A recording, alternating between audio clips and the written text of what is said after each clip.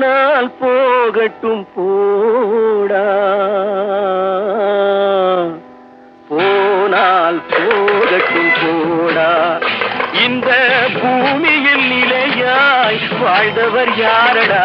போனால் போகட்டும் போடா, போனால் போகட்டும் போடா, போனால் போகட்டும் போடா.